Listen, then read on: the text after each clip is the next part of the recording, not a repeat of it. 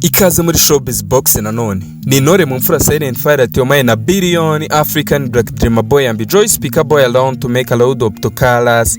Jimono Supermafita antagonist nanone mugiye kubana mu makuru y'imyidagaduro yo mu Rwanda ndetse no mu mahanga.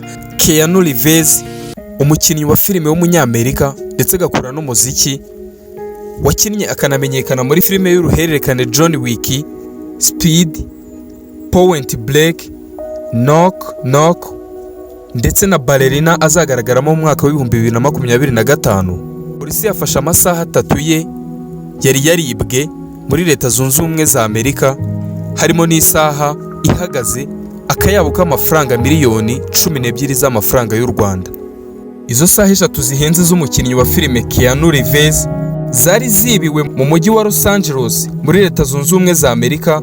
Hatangajwe ko zafatiwe muri Amerika y'Amajyepfo muri Chile nyuma y'umwaka ziburiwe irengero. Polisi yo muri Chile muri Leta Zunze Ubumwe za Amerika yatangaje ko yabonye izi saha za Keanu Reeves wamamaye muri filime y'uruhererekane izwi nka John Wick.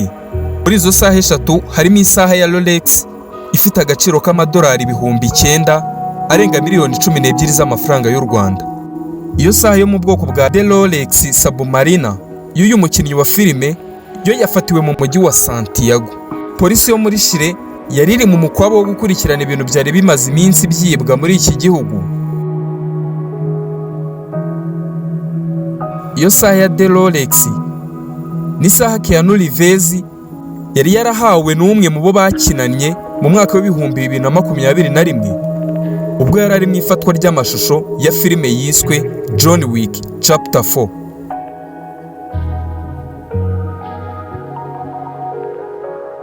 Polisi yo muri icyo gihugu yavuze ko yafashe umusore w'imyaka 21 ukekwaho kuba umwe mu bihishe inyuma y'ubu bujura.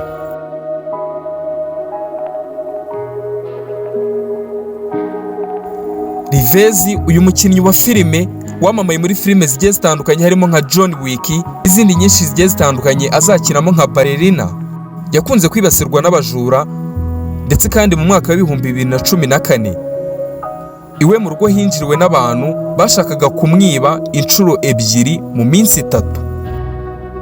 Ayo ni amakuru Intore mu mfura nayo ngufitiye muri Showbiz Box. Ugira ibihe byiza. Ndi Intore mu mfura ya Ambisant Angel. Umucyo n'amahoro iwacu mu gitaramo Silent Fire Tiomaye na Billion African Black Dreamer Boy and Joy Speaker Boy alone to make a load of colors. Jimono Supermafita antagonist. Don't sleep when you got him. Hug life for Zaya Malone.